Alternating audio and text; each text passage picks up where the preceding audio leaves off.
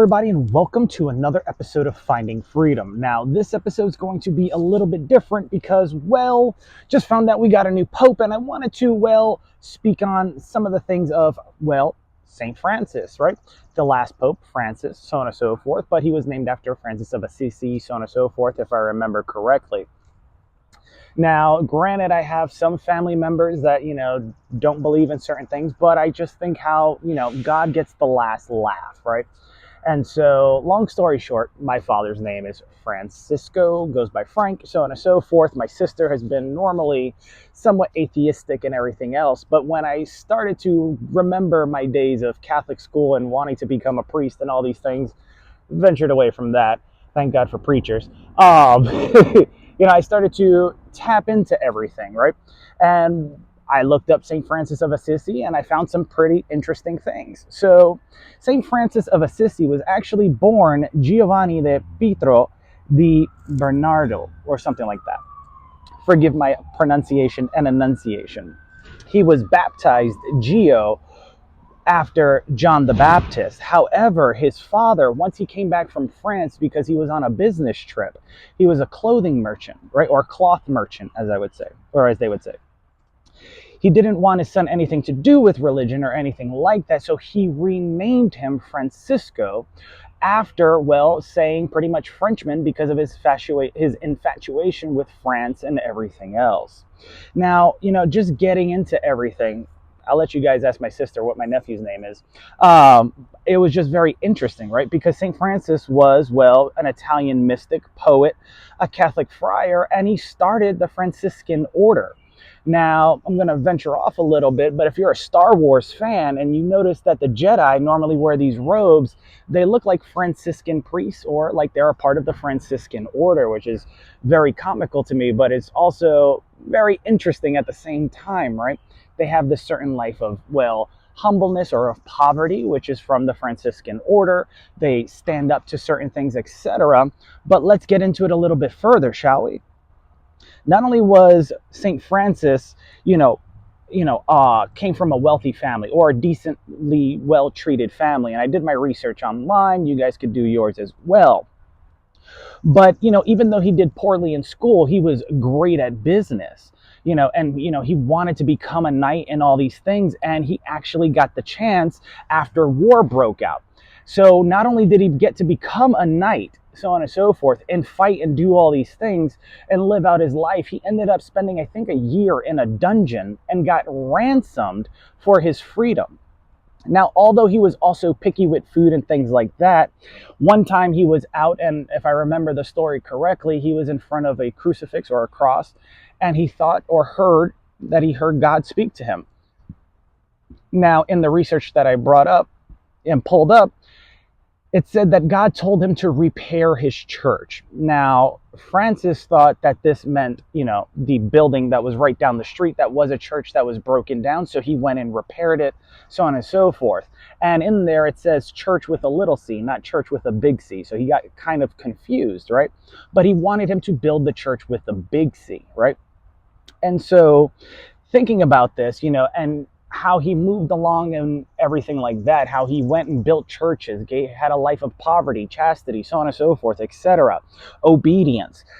His father was a business person. He was originally named Giovanni, but then, his dad got upset, so he changed his name to Francisco, and all these things occurred. And then, of course, he wanted to become a knight, became a knight, and then became the head of the Franciscan order. Now, just to tap back onto Star Wars, the Jedi Order look like Franciscan priests. They fight like knights, right? Jedi Knight, so on and so forth. But if you haven't made these connections in life and you don't see how, you could take a movie and you could also take history, so on and so forth, and bring them together to see that there's a good side to things and a bad side to things, I suggest you start looking around more often, because as much as you try to resist things, something's always going to show up right in front of your face. Now, if you know me, I have a background in several things. I was a former Marine. I went to Catholic school, then eventually went to public school, wanted to become a priest. They told me I couldn't have a girlfriend or have a significant other, so I started to look at other avenues. But then I didn't want to get stuck in in a type of religion, right? Because why? Saying you're Jewish or Hindu or this, that, and the third, it kind of felt like politics to me. It was kind of like saying you're Democratic or Republican or whatever the case may be, or I'm a Blood, I'm a Crip, I'm a Latin King, or this, that, and the third. And it was one of those things where it's like, oh, forcing you to choose a side. So I kept telling people that I was spiritual. And because I said that, it forced me to read multiple different books. It forced me to read the Quran, the multiple different books of the Bible, the New International, was it the NIV, New International Version, the New King James Version, Good News, so on and so forth. And then, of course, looking at other books that got removed, like the Apocrypha and things like that. And then, of course, going into Hinduism and everything there, as well as Buddhism. And of course, the Buddhism teachings that I ended up learning came from when I studied JKD, or Taoism as well, when I was studying Bruce Lee's philosophy on martial arts and where everything started coming and piecing together, right? And then I got into Kung Fu and I started to really understand the philosophies, but I started to see how the puzzle pieces, started to connect. And it's funny, if you've seen another video of mine, you know about Scott Robinson, the guy that I told you created Slight Club, which was a group for magicians and stuff like that. But he has a tattoo on his arm with puzzle pieces, so on and so forth. And just thinking of that tattoo, and things like seeing Chris Angel saying stuff about Houdini, because people would do these seances trying to speak to the dead and everything. And, the last words, according to him, were to believe, right? And, I always, we did a lot of wordplay in Catholic school, right? And I would say certain things and I would break things down. But as you remember in another video, when we went to, what was it? A museum, there was people on the wall, right? Written on the wall in graffiti. And I told my mom, I said, look, if you break this down using wordplay, you could just use the same letters in the same word. It would say, I would literally point it out and said, the Pope, P-O-P-E, which is in the word people, looks after the people, right, that believe in El, E-L, so on and so forth, right? And El was another name for God and everything. And I saw her eyes light up quickly and she goes, huh, interesting. And, looking back as I did my research and stuff like that on St. Francis and then the name Giovanni and everything like that, now with my sister, my nephew and everything, it's just pretty comical. So I hope they actually get to see this. I hope you guys actually enjoy this and you guys do your own research on, well, where do you come from? What does your name mean? What do you believe in? How do the puzzle pieces actually come together? And how you can get further and faster if you work together. Because remember, although, St. Francis had, money, he gave it all up, but he created this order that literally blew up around the world. But that took teamwork, right? It took all the other Franciscan priests, so on and so forth, or i.e. the Jedi Knights, as you would like to make a reference to Star Wars. But, it took teamwork and collaboration in order to achieve such. And one of the things I don't want you guys to do is think that you could do everything on your own or take on the world by yourself without ever having that team around you.